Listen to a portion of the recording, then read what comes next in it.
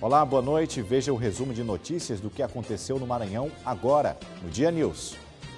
Policiais federais retiraram do residencial Nova Miritiu os últimos invasores do programa de habitação. Unidades de internação de menores estão sem condições de ressocializar os infratores. Justiça determina a demissão de servidores contratados da Câmara Municipal. Reitores encerram encontro na cidade avaliando a educação nacional. O Dia News está no ar no dia em que um carro foi parar na Maré, na Avenida Beira-Mar.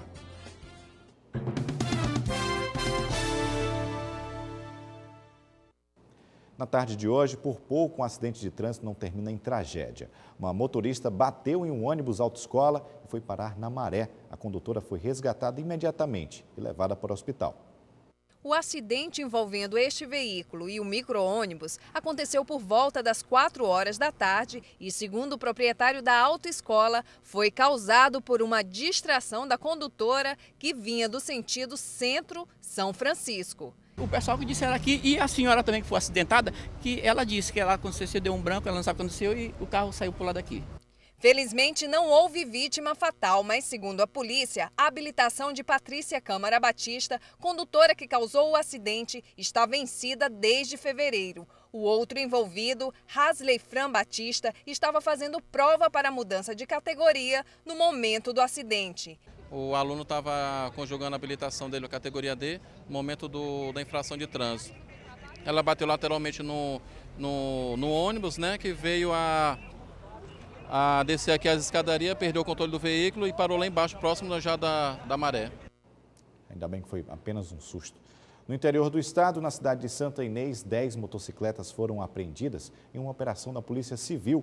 Segundo o delegado da regional, a ação visa combater os crimes praticados na região, envolvendo motos roubadas e com documentações adulteradas. Os veículos foram recolhidos ao pátio do Detran e estão disponíveis aos donos, mediante a apresentação da documentação.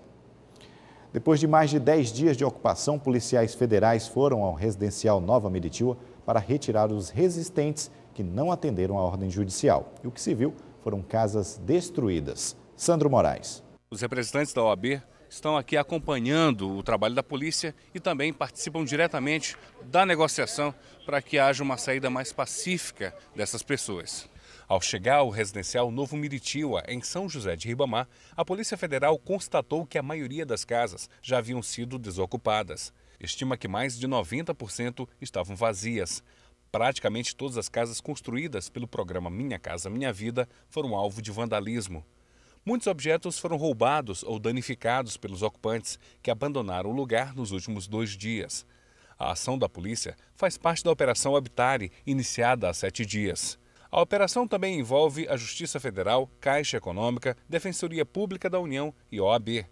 Embora os mais de 4.000 invasores tenham sido notificados a desocupar as casas em até 72 horas no último dia 15, alguns ocupantes permaneciam no residencial. Os ocupantes lamentaram por ter que sair. Se a polícia disser para mim sair, é o seguinte, eles têm que fazer um acordo comigo. Eu tenho muita idade e muito trabalho no país. Em nota, a Caixa Econômica Federal informou que as obras do residencial Nova Miritiu vão ser retomadas imediatamente. A Caixa informou ainda que vai fazer a reparação de todos os imóveis que foram danificados. A entrega das casas aos sorteados está prevista para o mês de julho. Unidades de ressocialização de menores infratores estão sem condições mínimas de atender a demanda do Estado. A situação da FUNAC piora a cada dia.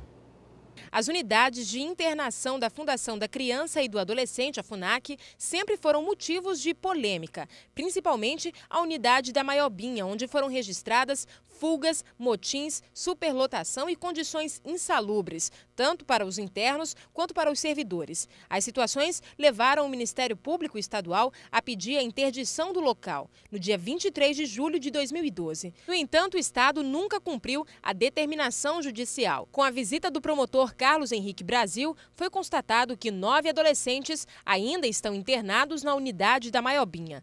Essa situação é apenas a consequência de toda uma sequência de equívocos que tem sido cometidos pelos gestores estaduais no cuidado com essa matéria, uma vez que a legislação foi alterada já há algum tempo e o Estado simplesmente não tomou medidas para se adequar à nova legislação do SINASE, que estabelece as condições novas para o cumprimento de medida socioeducativa. Esta unidade do Jardim São Cristóvão tem capacidade para 30 internos, mas está desativada há 4 meses. Com a reforma do local, iria resolver alguns problemas de superlotação em outras unidades.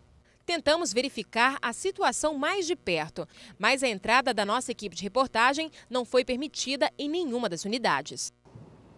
Voltamos daqui a pouco. Servidores da Câmara Municipal vão ser exonerados no prazo de 180 dias. Os detalhes dentro de instantes.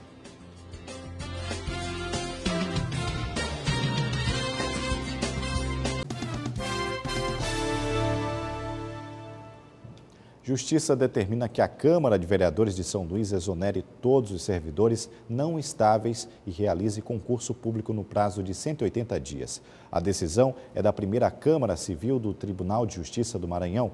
Somente os servidores que comprovarem estabilidade e os ocupantes de cargos comissionados permanecerão em seus postos. Em março, o Ministério Público Estadual já havia emitido um parecer orientando a Câmara de São Luís a não tornar estáveis servidores sem concurso público, por ser um ato inconstitucional.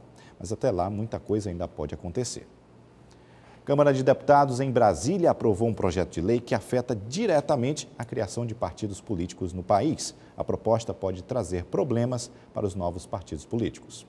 O plenário da Câmara dos Deputados aprovou na última quarta-feira o projeto de lei impedindo que políticos que pretendam ingressar em uma nova legenda levem consigo frações do tempo de propaganda na televisão ou do fundo partidário. Para muitos parlamentares, a tentativa é uma clara ação de barrar a criação de novos partidos, como a Rede de Sustentabilidade da ex-senadora Marina Silva. O deputado Domingos Dutra, que deve deixar o PT para integrar a rede, promete fazer até greve de fome. Esse projeto foi aprovado aqui na Câmara, foi para o Senado, está desde 2001 e nós não conseguimos, depois de 6 anos, colocar na pauta. Quer dizer, esse plenário, que se não colocar esse projeto na pauta, eu vou entrar em greve de fome. Para este especialista, toda lei que trata situações iguais de maneira desigual é injusta. O advogado diz ainda que a lei deverá estar aprovada até outubro deste ano para que possa valer na próxima eleição. O processo eleitoral ela deve ocorrer 1 ano antes da eleição, né? 1 ano antes da data da votação. Então teria até a data, até o mês de outubro para que esse projeto seja aprovado pela Câmara dos Deputados, remetido ao Senado Federal, aprovado pelo Senado Federal, remetido ao Presidente da República e o projeto ser sancionado. Prisões de prefeitos e ex-prefeitos no estado têm sido frequentes aqui no Maranhão, o que demonstra que os órgãos de fiscalização no estado estão mais atentos ao crime de corrupção. Prisões de prefeitos e ex-prefeitos e outros funcionários públicos se tornaram mais comuns no estado nos últimos anos. A atuação de órgãos de fiscalização, controle de contas e de investigação detectam desvios praticados pelas prefeituras.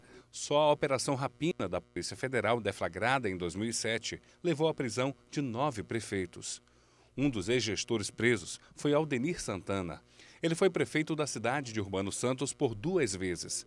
Nesta semana, ele voltou a ser preso, acusado de desviar recursos públicos. A Controladoria Geral da União é um dos órgãos que detectam os rastros da corrupção. O superintendente do órgão no estado fala quais são as verbas mais visadas. As verbas que têm sido objeto de desvio, em sua grande maioria, são exatamente aquelas dos programas que acabam descentralizando o maior montante, né? Por exemplo, Fundeb. Que é difícil você encontrar hoje em municípios que ao ano recebem menos de 10 milhões. Terminou hoje o Fórum Nacional de Reitores da Abruem e as discussões sobre os rumos da educação superior envolveram deputados federais, vereadores e senadores da República. Durante toda esta semana, a capital maranhense sediou o 52º Encontro de Reitores de Universidades Estaduais e Municipais. Em discussão, o financiamento das universidades públicas e o desenvolvimento do país por meio da educação. Foram 3 dias de debates sobre os desafios das universidades na formação de pessoal para atuar nas novas áreas de desenvolvimento do país, passando pela questão de investimentos financeiros. Mas outras questões foram levantadas, como a falta de aprovação aprovação do Plano Nacional de Educação, que há mais de 2 anos tramita no Congresso. O reitor da Universidade Estadual do Maranhão, organizadora do evento na capital, disse que a discussão ajuda a clarear os caminhos que devem ser seguidos pelas universidades públicas. E foi um momento de discussão muito importante para que as universidades elas possam ter algumas prioridades definidas no sentido de melhor contribuir com o desenvolvimento local, regional e do país. Policiais militares e bombeiros estiveram reunidos em assembleia para discutir estratégias para mudar a rotina de trabalho que atuam em São Luís. Márcia Carvalho. Policiais militares e bombeiros estão reunidos nesse momento em assembleia aqui na FETIEMA para tratar sobre as mudanças recentes na rotina de trabalho. Quem vai falar com a gente sobre o assunto é o Cabo Campos e o Sargento Jean Marie. Cabo Campos, que mudanças recentes foram essas? Bem, a Lei 9.663, ela dá ao militar o direito da venda da folga. No entanto, até alguns meses atrás, essa venda era voluntária. Além disso, existem outras reivindicações? Perfeitamente. Ontem nós estivemos numa reunião com o Ministério Público, onde a gente pede para que o Ministério Público possa intermediar junto ao governo a continuidade da negociação conquistada por ocasião do fim da greve de 2011, que é o Código de Ética, que discutia a carreira do policial e do bombeiro militar, e a discussão também da definição da nossa jornada de trabalho. Então nós pedimos que a comissão aconteça de forma democrática, de forma paritária, para que a gente possa discutir e devolver para os militares aquilo que foi conquistado. A edição de hoje fica por aqui. Um ótimo final de semana e não esqueça, sábado tem Almanac Guará ao 12h30 com Ana Tereza.